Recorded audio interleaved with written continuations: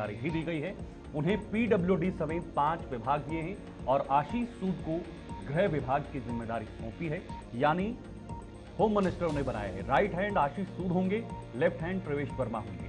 ये बहुत बड़ी जिम्मेदारियां होंगी, लेकिन जिम्मेदारियों से ज्यादा दिल्ली की जनता की जिम्मेदारी ज्यादा होगी। जिस तरह से वादे बीजेपी की तरफ से किए गए हैं और उन वादों का निर्वहन पिछले 27 सालों के बाद इसका सीधा प्रभाव जनता के बीच देखने को मिला है और उस प्रभाव को अब कैसे रिजल्ट में लाना है, परिणाम नतीजों में बदलना है, तब्दील करना है, उसकी ये बहुत बड़ी परीक्षा रेखा गुप्ता के सामने होगी। कल कैबिनेट का गठन हुआ, कल शपथ ग्रहण समारोह हुआ, उसमें खुद मुख्यमंत्री ने शपथ ली, उसके साथ साथ 6 मंत्रियों ने भी शपथ ली और उन 6 मंत्रियों ने अपने अपने उनके विभाग भी उन्हें बांट दिए गए हैं, उनके पोर्टफोलियो उन्हें मिल गए हैं और अब जिम्मेदारी बढ़ गई है। हालांकि कल से ही कैबिनेट मीटिंग शुरू हो गई थी। कैबिनेट मीटिंग में 2 बड़े फैसले लिए गए हैं, जिसमें कहा गया है कि एक सीएजी रिपोर्ट आने वाले समय में पेश होगी और दूसरा एक और बड़ा फैसला जो है इसमें लिया गया है।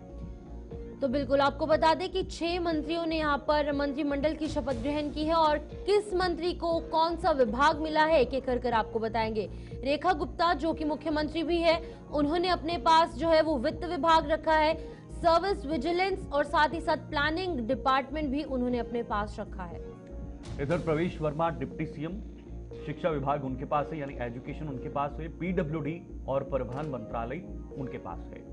तो बिल्कुल आपको बता दें कि मनजिंदर सिंह सिरसा वो भी एक मंत्री हैं, काफी बड़े चेहरे भारतीय जनता पार्टी के दिल्ली में। उनके पास हेल्थ डिपार्टमेंट है, अर्बन डेवलपमेंट डिपार्टमेंट है और साथ ही साथ इंडस्ट्रियल डिपार्टमेंट भी उन्हीं के पास है। तो कपिल मिश्रा जो एक बहुत बड़ा चेहरे हैं, जल, पर्यटन और संस्कृति मंत्रालय उनके खाते में गया हुआ है। तो बिल्कुल आशीष सूद के पास रेवेन्यू, एनवायरनमेंट, खाद्य और नागरिक जो विभाग है वो आशीष सूद की झोली में है। एक ऐसा भी नाम है जो गुप्त नाम था और अचानक सामने आया, पंकज कुमार सिंह। विधि, विधायी कार्य और आवास मंत्रालय उनके खाते में गया है, यानी ये पोर्टफोलियो उनके पास रहेगा और इस पर्टिकुलर मंत्रालयों के कामकाज उन्हीं के पास रहेंगे और ये इस कार्यों में आगे बढ़ेंगे। लेकिन एक बहुत बड़ी जिम्मेदारियां मिली हैं इन सबके कंधों पर। खुद रेखा गुप्ता मुख्यमंत्री बनी हैं और जो बड़े मंत्रालय हैं वो खुद उन्होंने अपने पास रखे हुए हैं और इससे अंदाजा भी लगाया जा सकता है कि इसका नियंत्रण ज्यादातर केंद्र सरकार के हाथ में रहने वाला है। चाबी केंद्र सरकार के हाथ में शिफन रहने वाली है। बिल्कुल आपको बता दें कि यहाँ पर मंत्रिमंडल का विस्तार और एक एक कर हमने आपको बताया कि कौन से मंत्री को कौन सा विभाग, कौन सी जिम्मेदारी सौंपी गई है। तो आपको बता दें कि यहाँ पर दिल्ली में मंत्रियों के विभागों का बंटवारा हो गया है।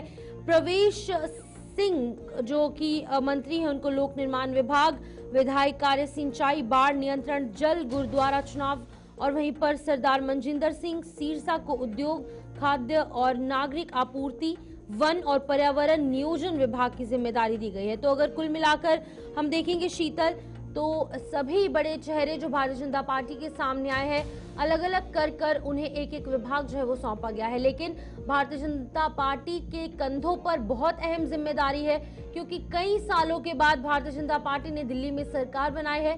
हालांकि पहले दिन ही आतिशी जो कि पूर्व मुख्यमंत्री है, उन्होंने निशाना साधना शुरू कर दिया है, लेकिन भारतीय जनता पार्टी का मनोबल कम होने वाला नहीं है। लगातार आने वाले 5 सालों तक वो दिल्ली वासियों के लिए काम करने वाले हैं। सही कहा आपने शिफन, और ये जिम्मेदारी अब कैसे निभाई जाएगी, क्योंकि अब कोई रोड़ा नहीं है। पहले एक्सक्यूज रहते थे, पहले ये कहा जाता था कि भाई अरविंद केजरीवाल या दिल्ली के मुख्यमंत्री काम करने नहीं दे रहे हैं, एलजी काम करना चाहते हैं। लेकिन अब जब डबल इंजन की सरकार हो चुकी है, डबल इंजन नहीं बल्कि ट्रिपल इंजन की यह सरकार होते हुए नजर आ रही है और इस बीच अब इनकी जिम्मेदारी और भी बढ़ गई है।